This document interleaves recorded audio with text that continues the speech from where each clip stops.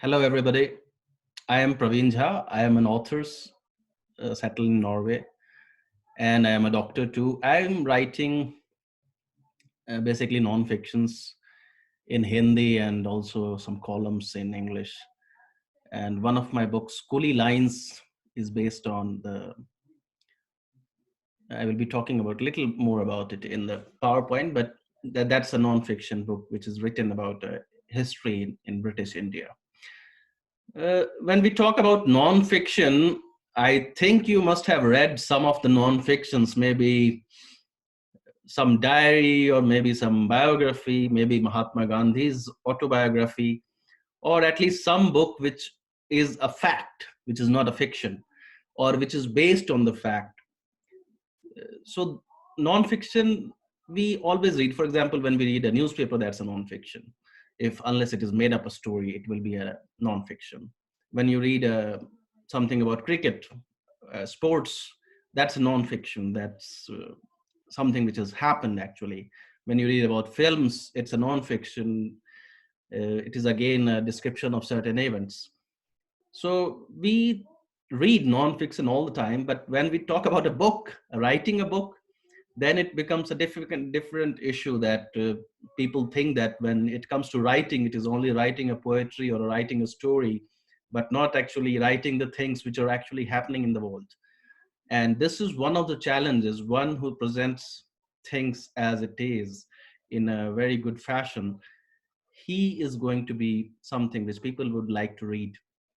So I will be talking about how to go ahead, how to go step by step and write a non-fiction and getting a mindset, actually not like nobody can spoon feed you how to write a non-fiction, but we can talk about the things which are happening all over the world and how people are going ahead with writing a non-fiction. What are the things which is happening new in this field, and how one boy who wants to go ahead or a girl who wants to go ahead in this field would like to see the future, would like, what is his mindset that will be happening in the near future. So I will be just talking with help of some slides which I will be sharing. And let's say,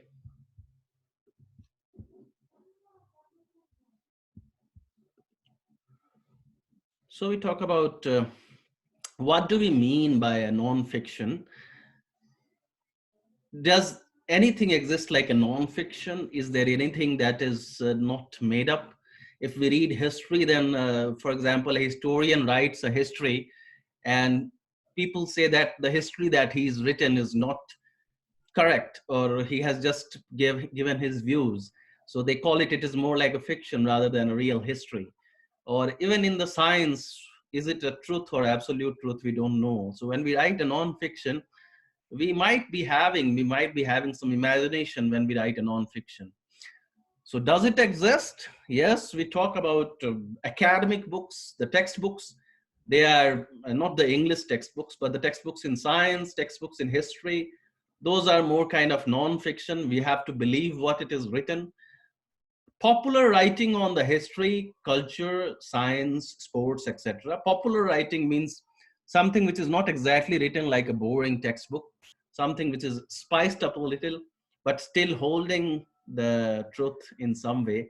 And that's popular writing you will find on the many bookstores. In the non-fiction section, you will find William Dalrymple, or you will find somebody who is a sports journalist and he has written something on sports. So those things are popular writings. People like it. Everybody likes it. There is simple explanation to the layman. And I will be, in fact, talking in this workshop more on the popular front than academic front, because academic front, uh, if you are somebody who is going to graduate in English, or who is going to pursue English as a major or honors, then definitely you won't be an expert in sports or history or science, for example. So then only thing you can write is the popular history, not the academic history. You can't write a history if you are not a historian, if you haven't been trained in that way. But you can write about certain history the way a journalist writes, the way a storyteller writes, of telling the things which you have observed and which from your own environment you have collected. So that's called a popular writing. And that is something a historian can do. Historian will be very fanatical about how the things has to be written, but the popular writer can go just, he can do what he want. Motivational books, yes. One of the best sellers in non-fictions would be Rich Dad, Poor Dad kind of books, which is like guiding somebody to something. And those are the best seller, like when you motivate somebody on certain things, like how to reduce weight, for example. So those things, anybody can write if they have a certain interest to motivate people, and they can be a bestseller in non-fiction, definitely. Easiest thing and the most difficult thing is to write is an autobiography or a biography of somebody. It is going to be like when somebody writes about himself, he holds a few things. When somebody writes about others, he may not get what exactly is going on somebody else's mind. So somebody who is writing a Mahatma Gandhi biography will be having his own views, and he might not be presenting what exactly Mahatma Gandhi might be thinking. And similarly, when Mahatma Gandhi is writing his own autobiography, then he might be telling some things which no biographer can tell, and he might be hiding some things which people would like to know. So those are the two things that people can write very easily, but what they have to mention and what they don't have to mention, how frank they would be, it's a wild guess. Uh, Travelogue, one of the things that people write, and I think one can begin with creative writing by writing a simple travelogue. And that travelogue doesn't have to be that you have to be going to Paris to write about Paris. You will be going somewhere from Indore to Bhopal or Banaras or someplace in India. And simple things like, it's like a diary kind of thing, how the things unfolded. How did you see the world around you? Uh, when a vendor comes to you, a tea vendor comes to you, what comes in your mind? When you see a certain platform, when you see the environment outside, when you see the trees outside, how the things unfold. So those are the things that anybody can start writing. And one should begin with writing a travelogue. One of the best sellers is a good written travelogue. And one of the good travelogue writers once wrote that never write things like what did you pack up for the travel, or how did you get the ticket, or something like that. You should focus more on the people. You should focus more on the nature and those things that happened, and the feelings, that emotions that happened. So writing a travelogue sometimes gets a very typical diary thing. At 3 o'clock we left for there, and at 4 o'clock we reached there, and 5 o'clock something happened. And those things are really boring. If you read a good travelogue, it would be not talking about those particulars. It would be talking more about how the things unfolded, uh, how do we perceive that thing. But that is something where I would say non-fiction that somebody can. Poetry, that's not a part of non-fiction technically, but definitely poetry is not a fiction also. Poetry is an abstract thought which is produced in the form of poetry. So it lies somewhere. I think poetry can't be defined in the terms of fiction or non-fiction. It has a lot of truth embedded in its wordings. So I wouldn't be discussing poetry because I am not a poet, and I love reading poetry, but definitely that is something we should keep out of the non-fiction thing. And sometimes on the bestsellers list I see poetry books hanging there, but I think poetry should be totally separated from all such non-fiction things. Let's talk about a book. I am just giving an example. This is a book called Chinaman. I would suggest you may read it. You will find it's a book written by a Sri Lankan in Tamil and translated in English again. And the name is Chinaman, the Legend of Pradeep Matthew. If you read this book, this is a book about a Sri Lankan spinner, the greatest Sri Lankan spinner. And the story is wonderful. It tells about the real events, the matches and everything. The whole story goes like a real events. And except Pradeep Matthew, everything is real in this. And people started searching on internet that who is this Pradeep Matthew, who was that spinner. And if you go on the Crick Info website, probably you will find his details also, that Pradeep Matthew has played so many matches, and he did his date of birth is this, he was born there, he played his first match against, but there is no Pradeep Matthew. He is just non-existent. But this whole aura that he has created with this book, and people started believing that actually a Pradeep Matthew exists. And even if it's a fiction that he has created, but he wrote it like a non-fiction. And this man in this story, the protagonist in this story, is an alcoholic who goes on finding a Sri Lankan cricketer, and he tries to find this lost great spinner of Sri Lanka, and he keep on finding. He discusses a lot of cricket in this particular novel. But when I read it for the first time, and I didn't know who the Pradeep, in spite of my lot of interest in cricket, I didn't know who the Pradeep Matthew is. So I read this book and tried to find out who is this Pradeep Matthew, which I don't know, who was the greatest spinner. And then I couldn't find him. And the way he has written, it looks like a true story that Pradeep Matthew actually existed. So this kind of thing doesn't fits into a non-fiction. It's a fiction, but written like a non-fiction. So this, I just wanted to introduce you this kind of mindset that sometimes, even if you want to write a fiction, you have to have a lot of non-fiction things in your mind. You have to know a lot of cricket. You have to know how the matches happened, everything. And then you put some imaginary Pradeep Matthew in the middle of the real story. So that is something which creates one of the great fictions. This is one of the great kind of experimental fiction, I would say, somebody has done. And you can, as an English, somebody who is interested in English literature can go through this book. In spite of it being a translated book, it has its own nuances. And this, I am just giving an example, something which is a bridge between a non-fiction and a fiction. To build a story, you need characters, and for getting characters, you need some real story. So if you read somebody like V.S. Naipaul, he has a lot of fiction and non-fiction going together. He has things happening in real. You will find Jawaharlal Nehru in his one of the stories, and then Menon in his one of the stories, who are real. And then he has some fictional characters which are mingling with them. So then definitely how, or fictional, or maybe he met somebody who was like that. But this is kind of, fiction and non-fiction go very close to each other. Some things are real and some things are authors' imaginations, and both of them give a delight to the readers in the end. So this is one book I just mentioned when we talk about creative non-fiction writing. This is one of the experimental creative non-fiction in this decade, I would say. This book, another experimental book, I would say, written by a Norwegian, and it's Karl Ove Knausgård, who has written Mean Kamp. In Norse, it is called Mean Kamp, and the name is My Struggle.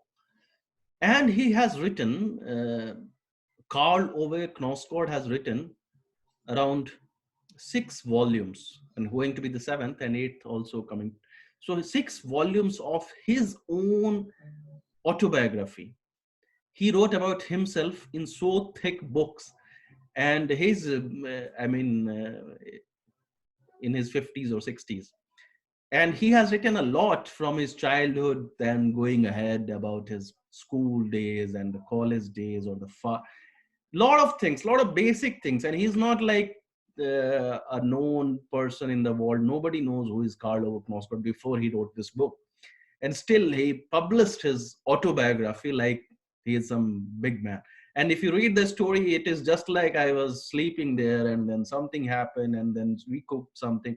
So day-to-day life, he has written a book, and many volumes of that book, and people are reading. They are the bestsellers, the way he has written his own story.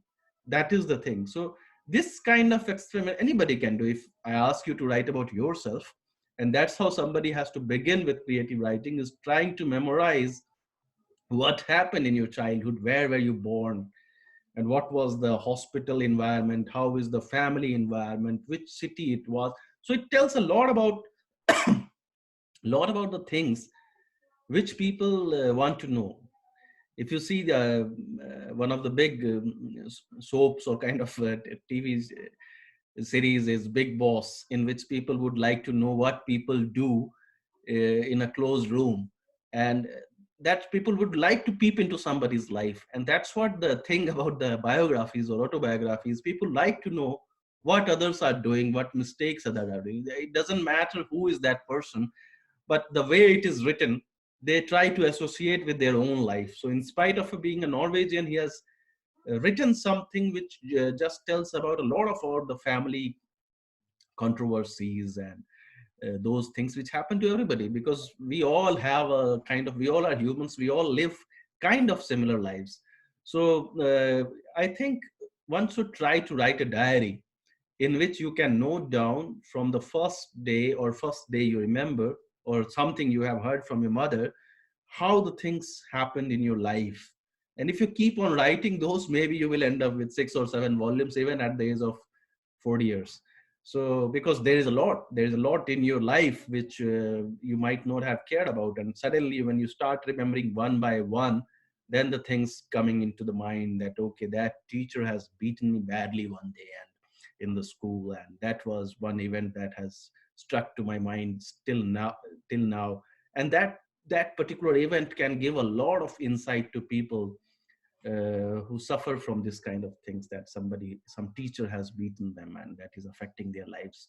So those things can pop up, and they make a wonderful story if written uh, like this. But he calls it not an autobiography but a semi autobiography. He brings a lot of fiction into his own biography, and that is the experiment. You tell truth about a lot of things, and then you imagine many things, that this has happened to me, which actually didn't happen. You have some characters, real characters, your own sisters, your own brothers, and you are making a conversation with them which never happened. And they would claim later that what he's written is completely nonsense, we haven't done this kind of thing.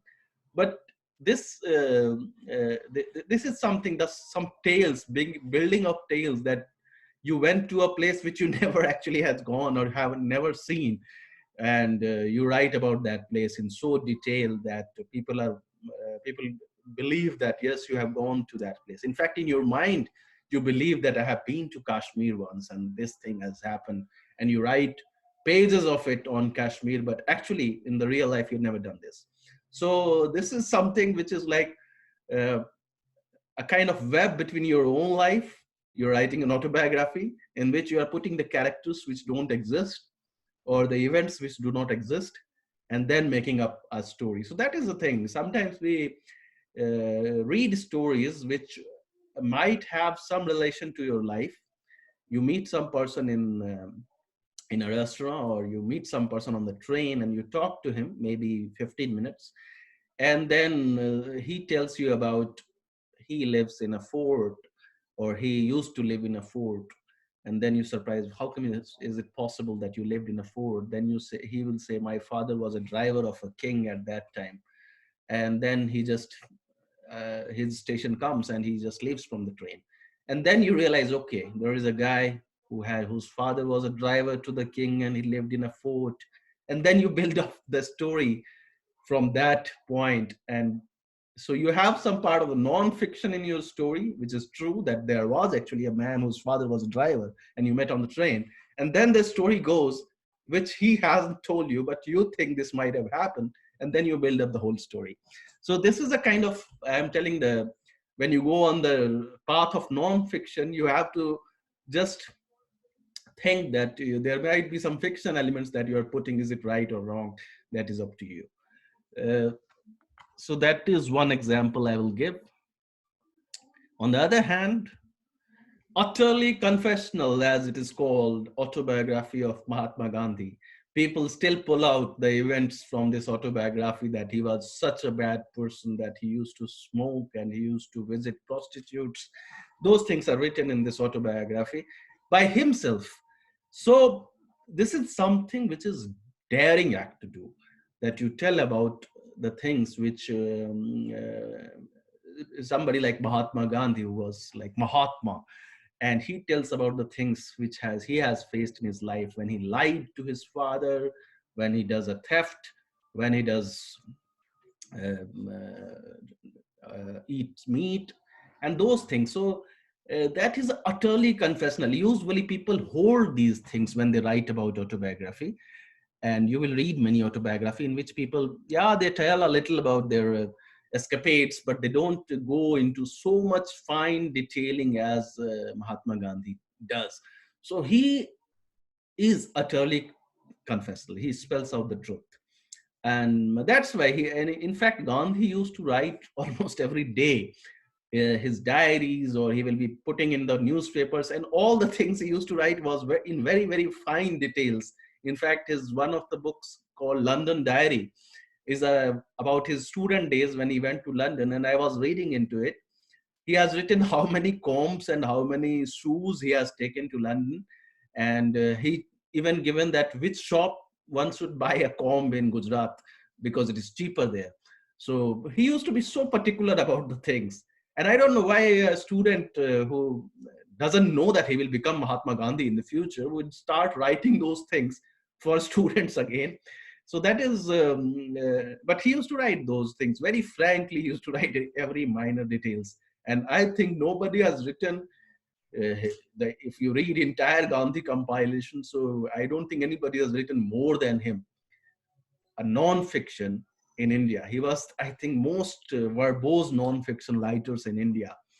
And although we don't recognize him so, but if you read his whole Gandhi compilation, it is on internet free, and hundreds of volumes it is written.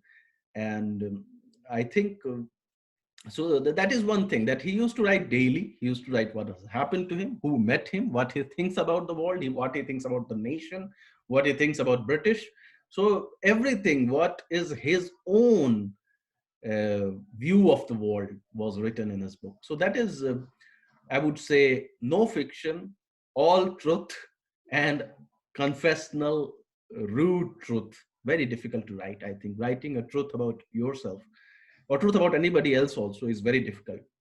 That you tell, he used to write that Siraj Gopalachari was mad at me, and those things, or even his son, about his son, he used to write things that would nobody would write in public, and he used to write such things. So that is one thing that when we write non-fiction, we have to think about that, what how much you can spill out the truth. Then I would say Gandhi has written his autobiography very early in his life, and he has not become Mahatma Gandhi by that time. When he came from Africa, he just wrote his autobiography, and that was indeed a propaganda book. Although he might not have thought about it, or he might have thought about it, this aura of Mahatma Gandhi was created by this book. He became a Mahatma after people read, oh, he has done such sins, but he has committed so much sins, but he is telling the truth that he has done so and how he has corrected himself. So that whole thing created an aura about Mahatma Gandhi. He became bigger than rest of all leaders combined. So that's the autobiography which has done to him. I would say, even though it was not a propaganda book, it was a propaganda book for Congress and for Mahatma Gandhi and for our nation. That just his whole thing, people started believing that he's some kind of god or something. And this happened by just writing a truth about yourself. Another thing is his proper propaganda book is Hitler's Mein Kampf. He writes about Jews in that book, and that creates hatred to the Jews, the anti-Semitism, what it is called. So those things happened by, so you can drive, people used to write propaganda books to propagate some thoughts, leftist thoughts, rightist thoughts, centrist thoughts, doesn't matter, but Those are the kind of non-fiction which is truth, but that truth has a mission, has something which which may not be good or may not be bad either. So when you are writing a non-fiction, you just have to think what is your mission? Why do you want to write a certain kind of book? Okay, I will write an autobiography. Anybody will decide today after listening to me that I will become somebody like Mahatma Gandhi after writing my truth about my life. But the people ask, who are you?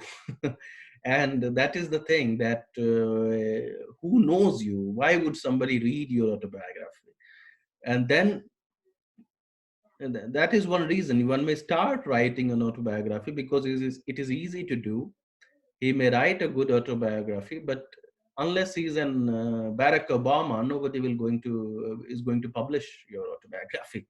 So that has to have. That's why I think Carl Ove Knausgård choose to call it a semi-autobiography, because if he would have called him his autobiography, nobody would have read it. But when he said, no, I have a lot of fiction and a lot of masala in it, then probably people would start reading it. And it's a wonderful prose. That book has a wonderful prose. A way of writing is different. So it's just not somebody's life, but it's more of how literary it is.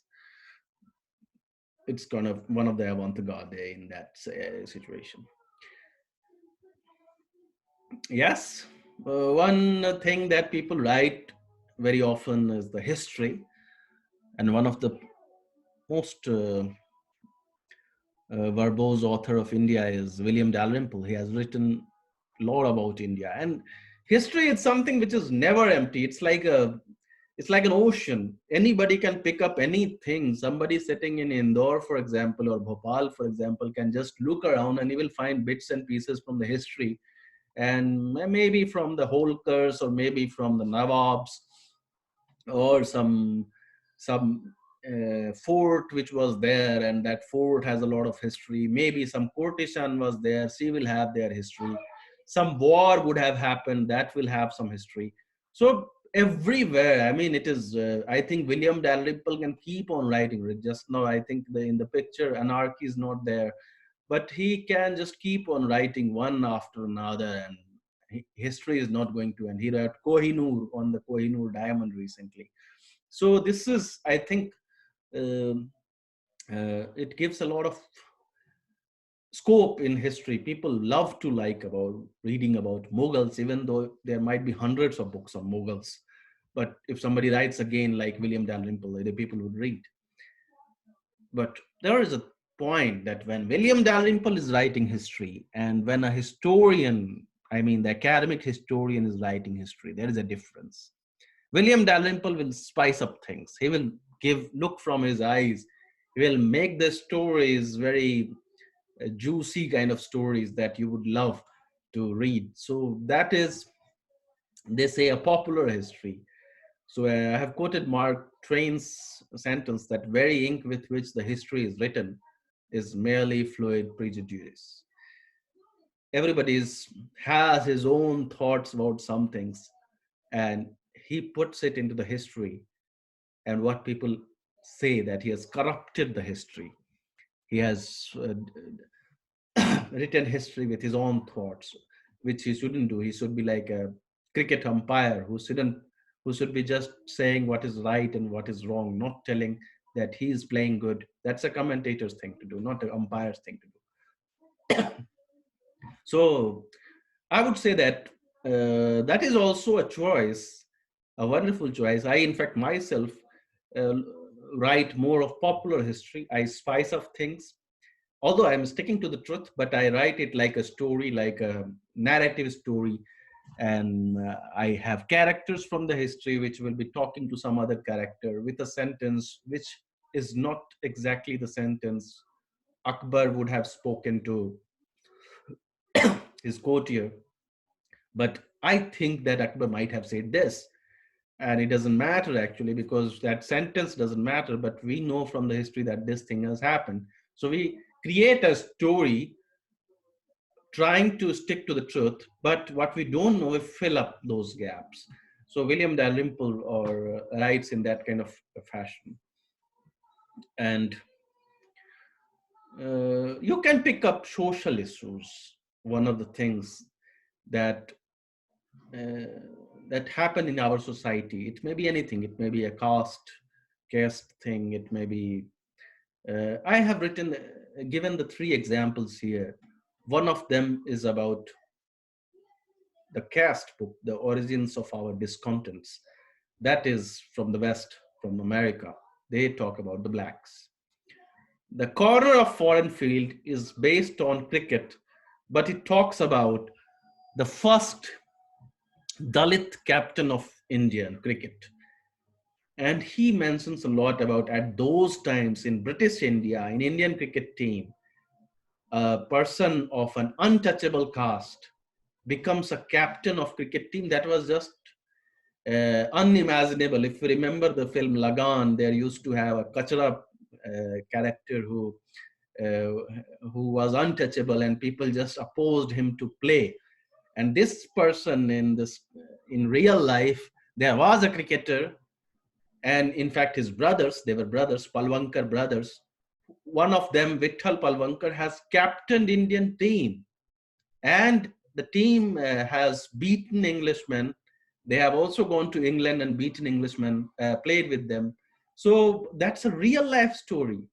That's something which has happened at those times. And in fact, that cricket captain's brother, he was also a cricketer, he stood against Bhimrao Ambedkar in the elections, and he just lost by a few margins. So we can tell that even on those times when Ambedkar was fighting or Gandhi was telling about untouchability, and they were telling, there was a cricket team in India, Indian cricket team, who had a captain who was a Dalit. And this whole book is based on that. Such a simple thing. I mean, these things keep happening. We don't need to be a great researcher or something. I mean, to find out, yes, but to know the event, probably you will just read it in a newspaper, and then you will pursue it. As Ramchandra Guha has written this book, he has just tried to find out who was that cricketer, who was the captain, where does he live, where is his family, does he have any descendants. And then he found out, he went to Mumbai, and he checked through the yellow pages, actually from the telephone directory. He tried to find out where is Palwankar, and it is a rare surname. So he could find one Palwankar there who lived in Bombay, and he went to that person, and then he's told that, yes, I belong to that family, but I don't know that cricketer. And probably somebody in Pune might tell you he knows somebody. And then he went to Pune, and then he met that person. And then again, there was another person. Then he finally found a book written by that cricketer, which was never published. And it was kept at home. So he got that book and then read that book in Marathi. It was in Marathi. And then he wrote this kind of gem, a book on cricket. So on a simple story, you pick up and then you dig into it, and then write a non-fiction, a truth. So uh, you are like a finder of the truth. You are like an investigating official who is trying to find the truth. So that's about the non-fiction. Third book is the Death Script. Ashutosh Bharadwaj has written in the Naxal affected areas of the Chhattisgarh. Somebody goes deep into the Naxalism and then find out what is happening with these Naxals and their mindset. So these all are investigative things people would like today. In fact, if for example you meet a tea seller, for example, and ask about his past. So there is a tea seller in Bihar who has once owed the whole district's land. His ancestors has owned the whole district's land. Still, he claims in the court, and that's a story, wonderful story, that there is somebody who owned a district and now just sells tea because everything was taken by the government. So, or something has happened. So you tell stories from the very basic things and go deep into it, that how this thing has happened. You look at some building in Indore or some building in Delhi, and then look into it and try to find out what is the history behind it, what was there before and then. So probably you go where, dig deep into it and keep on writing it. So I'm just giving you a mindset that when we talk about non-fiction, we think too big that we would be writing something about like atom bomb or something, or Hiroshima, or but no, the stories come from the very basic things. Stories come from your own home. So in fact, I was trying to write something on Kishore Kumar, and my first step would be to go to his home in Khandwa and just in the Madhya Pradesh, and just see how it is lying. And I found out that yes, it is not lying in a very good condition, and nobody from the Kishore Kumar. But that is the thing. Uh, you have to, when you are writing about it, you would go to that place which where he spent his childhood, and just try to feel how Kishore Kumar used to live there, and then go to the college where he has gone and try to reconstruct the things, uh, what might have happened. And or at least, even if you don't visit Khandwa, you might have to imagine how that house would be and try to find out those things. So this is something which doesn't need a big brain. It's not a rocket science. It's just like you are just constructing the events and connecting the dots and something. Yes, as I say, how do you start? You start, you just observe the things, and as I said, it is not a big thing. It's just is around you. I When I wrote my book, I just would tell this story that when I wrote this book on, I would be coming to that, where my book, what my book is all about. But it starts with something like a song, "Fulori bina chutney kaise bani." So that is a song we used to hear in 90s, very popular song, and this Kanchan and Babla used to sing, and popular peppy kind of song. And so when you go little deep into it, that where does this song come from? And then we find out it was a chutney music which used to come from West Indies. And there is this singer in this red car, Sundar Popo, who had sung this song, and he has spiced up the things. And exactly, see, this Babla Kanchan has replicated the same song in India, a chutney music song. And then we try to find out, okay, this guy in West Indies, he was singing this song. So there must be a lot of people who have gone to West Indies at some point of time from India. And then you find out that actually there was a system by the Britishers to send people from India to West Indies, and you have generations of Indians who have lived there, who have gone there to do some uh, farming work. They were laborers who used to work in the farms, in the British farms, and then their third, fourth, fifth generations now has become cricketers, has become musicians, has become some uh, in the bigger sections. And you would say somebody becoming American president of Indian origin or Jamaican president of Indian origin. That is the same people who has gone as a farmer in the villages. So that is the third book, a coolie woman. It's the Odyssey of adventure. It is so when you it starts from a song which you have heard somewhere in a bus from going from Darbhanga to Patna, as I might have listened to it. And then you try to find out, where does this song come from? I think it is little like Bhojpuri, but there are some words which is not fitting with the Bhojpuri. And then you find out that okay, it is coming from West Indies. So there might be somebody from the Bhojpuri area who has gone to West Indies. And then you find there are a lot of those people, in fact, millions, who have gone from Bhojpuri area to West Indies as farmers. So then you write a book on them. And that's what my book is about. These people who have migrated from the Bihar and Uttar Pradesh to Jamaica, to Trinidad, to Fiji, to Mauritius, and later to Netherlands. So this is how a story unfolds. You have to just observe the things around you, and you are going to write a non-fiction. You just have to sit outside your home and just look at the passerbys who are going, and then something pops in your mind, and then you dig deep into it and you have a story. So this is something which I would say the entire idea of this workshop should not be like, I can't tell you how to pick up a pen and start writing. I can just tell you to observe the things and put it in your words, and then just go on building up one after another. And that's how that goes. Then, of course, one of the important aspect is to collect the books about it. So, for example, if I am going to write about Indians who have gone to West Indies, then I have to read all the books which is written about it. And nowadays in the digital era, it is like you just type those keywords and you will find a lot of books on certain subjects. So I would say if you just want to write a history of tea in India, for example, chai in India, that has it comes to my mind many a times, and there have been many books written on this, the history of chai in India.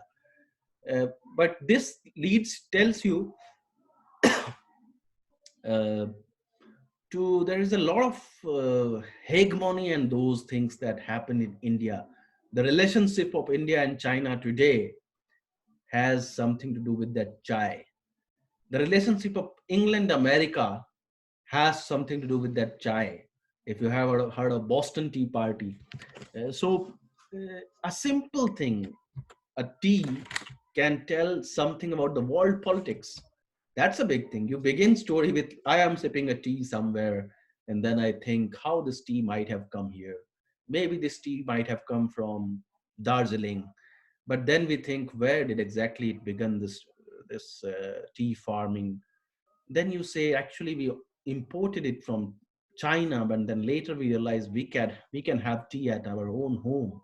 And that's how the war started between the British and the Chinese people.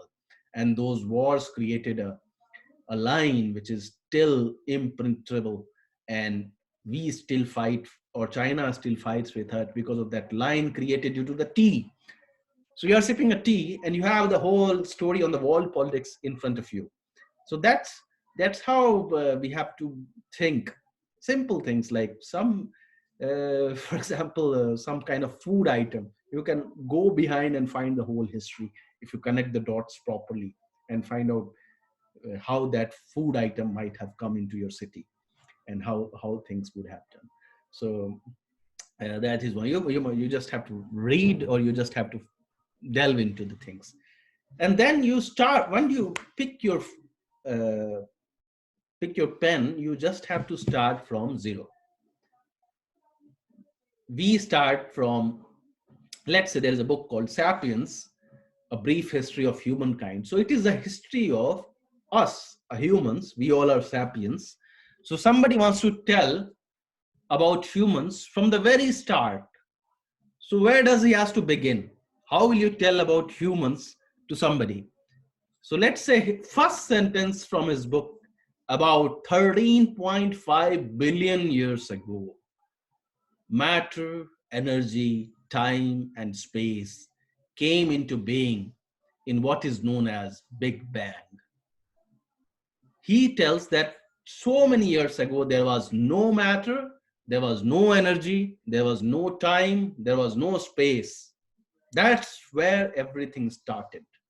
As we have, I don't know if I have heard this, we used to have a serial called Bharat Ek Khoj, based on discovery of India, which used to say सृष्टि से पहले सत नहीं था, असत भी नहीं था, अंतरिक्ष भी नहीं था. So there was no space, there was no energy, there was no time before things has happened in this world. So that's where somebody starts a story of humans. So this is a thing, when you are telling a story about something, you have to start from scratch.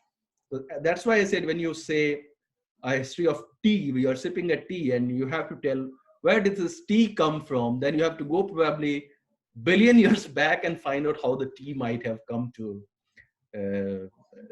come to Earth, how the Himalayas came for that matter. There was no Himalaya at certain point of time, and one of the newest mountain in the world is Himalayas. So you can start from the zero, which is like zero for everybody, and then come to come to something. So when you, I wouldn't say that you start from billion years ago to write any non-fiction, but you have to have a point where you introduce the things, where you put the things in a context. I will tell a little more about when we start writing on a picture. This is a person. He is a blind person, and he is dead now, so he is posthumous. He's Ved Mehta, a very popular journalist from New York, and he has written umpteens of articles and books. He has written his autobiography, same as Karl Ove Knausgård, in many volumes, and so 6, 7 volumes he has written his autobiography about himself. And he was the person who was blind from 3 years. I think from the 3 years of age he was blind. So he wrote about his blind school days when he was in a blind school in India. And then he came to a blind school in America. At that age, a blind person comes to America and writes so many books. He is one of the most uh, popular political commentators about India. He writes a lot about India, and he has written a lot about India. And he has written a book on Rajiv Gandhi, for example. And when you read his books, it looks like he has seen everything. He writes in so much detail. He writes, I will give some examples, but he writes in so much detail that you won't believe that he's a blind person who is telling you a story. But why I'm introducing him is you have eyes. I believe, I mean, there might be people who might not have eyes, but if you have eyes, then your observation power should be even more. We just see the things around us and we don't care we just don't go in details. But you have to go in details, because a blind person, he can't see things, he has to feel things. So he imagines a lot, but his imagination is very close to truth. I will give you an example. He wrote a player's cigarette. He took an interview of somebody and he did it. A player's cigarette hung from his lower lip and threatened to fall off at any moment. Now people asked him that, how did you know which brand cigarette he was having it? How did you know that it was hanging from his lower lip and threatening to fall off? It is too close. I mean, you're just guessing the things. This might not have happened. He said, actually, the cigarette name he mentioned while talking. So he knew that it is a player's cigarette.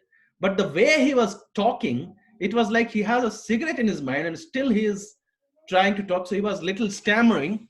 So he knew that this guy is trying to speak while the cigarette is still in his mouth and trying to fall off from his lower lip. So this blind person just felt this kind of feeling by looking at him, by listening to him, and thinking that, okay, he's smoking, and the way he's talking, he's actually smoking as well as talking, and I can feel that cigarette is about to fall from his lip. So this kind of I would say, not only from non-fiction, even for the fiction, that kind of imagination, that kind of detailing one needs to build up when one writes non-fiction. Very small things, but you have to observe things the way they are. When you say a book is kept on the table, you have to also see what are the other things which are on the table. So that picture you have to describe like somebody who is telling a blind person. So just like in Mahabharata, Sanjaya dictated to Dhritarashtra, greatest novel to the to Dhritarashtra. He has told everything in detail, so that Dhritarashtra is saying as he has he's telling the story. We used to have a commentator, Sushil Doshi, who used to tell so much good commentary on radio. At that time, there was no television, or there were less televisions. And he used to tell so detailed things. Like he used to tell in Hindi, he used to tell that the shadow of Sunil Gavaskar, the shadow of the players is getting longer and longer. So that means the sunset is happening. Shadow is getting longer and longer, but Sunil Gavaskar, the son of India, is still on the ground. So that is the way that sunset is happening, but our sun is still on the ground. The sun, his light is still on the ground. Sunil Gavaskar is still on the ground. So that is the way you tell the story to somebody, because we were not seeing on the television, and then we imagine, okay, the shadows are getting longer, sunset is happening. So by that prose, he has told that story. So you have to have that kind of observation. You write about simple things in a way that you are telling to a blind person. Um, like this is the word that Ved Mehta wrote about Punjab farm. The fields become bright, first with yellow of mustard flowers, outlined by the feathery green of sugarcane, and later with maturing stands of wheat, barley, and tobacco. A simple word about Punjab farms we might have seen, many people have seen in the films, or many songs are picturized on that. But a blind person who has not seen those things in real, he describes those fields in such a beautiful way that actually they are like this: mustard flowers, sugar canes, wheats, barley, tobacco. That's how the Punjab. So that's how you describe a simple thing, a simple farm. You create a picture uh, like that. So that's the key thing of the nonfiction. I would say the way the reason why people would associate with you or read your book is if you tell a story like a storyteller. People love to hear stories. I, you start with I, and then you tell the history of the world. So that is the thing that even if you're writing about Hiroshima, even if you're writing about, for example, Donald Trump, you start with something like I. What do you think? So that is, I would say, rather than writing in a third person, if you write in first person, that when I went to America, or when I saw an American in Delhi, then I thought how Americans would live, what their culture would be. And then I started observing like that. And then you go to Donald Trump. So you try to bring people to your story by putting yourself into the story. So that is one thing one can start writing, that how there are some, I would say there are some things where you don't put yourself into the story and you tell about people. When you're writing a report about something, you don't put yourself into the story. But a good memoir, a good non-fiction has the author himself as a narrator into the story. He comes in the story like how he has seen the things, and then he brings the audience into it. So in my book also, when I talk about the descendants who are the Girmitias, what we call the people who have gone to West Indies, I met their descendants and I have described how I have gone and met them and what they think about. So a story you are telling about 150 years back, you start with something where you are a character, you are going to Netherlands to meet them in person, and then they tell you about the story of the past. So that is one good tool when you write nonfiction. Now I will try to summarize a thing. I will give you two pictures, two simple pictures, and I would like you to be creative and talk about these pictures and just stretch as much as you can by looking at these two pictures. You can pick one of these. Uh, you can pick the cricket picture, or you can pick the tea wala pictures. I have told a lot about how the things are happening, but how far you can go, how your story would go, sticking to the truth and describing that whole event, describing how a platform life is, how this person, I mean, by putting this person into the picture, you can bring a lot of social issues also, maybe. You can bring how things function in India, how I don't know where the story would go from a chai wala. It can tell about the whole India by telling us a story from a tea seller standing on a platform. If you are a good non-fiction writer, you can probably create a bestseller out of this picture. if you just go on this. Similarly, this cricket win, I mean, one of the events that they say has happened, India has been playing cricket from 300 years technically, how when the cricket came, but India has been playing cricket for long, but it never won a test series like this before. It has won a test series against a B team in Australia before, but this win, it can start from the days of Bradman, Donald Bradman, and the Bodyline series between the England, Australia, Ashes series. People who are really interested in sports, I'm telling about them. So they can build a story about, from this picture, they can create a lot of, an entire book which will just open eyes, not only about cricket, but about the society, but about the world, where we stand in the world, apart from sport. What is the thing, the colored and non-colored, the whites and colored thing? Those all things will come up by just one picture, and divide between the rich and the poor might come from the other picture, if we just if we just focus on what we are seeing. So let's I would say, uh, I will try to conclude this. So I will try to conclude this, that when we are writing a non-fiction, we have to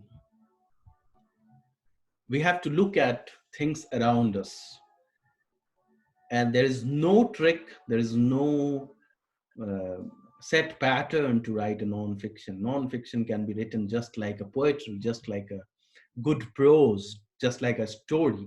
Only thing is you have to bring facts into the picture, and which is easier, because to imagine something is difficult than actually seeing things which in front of you.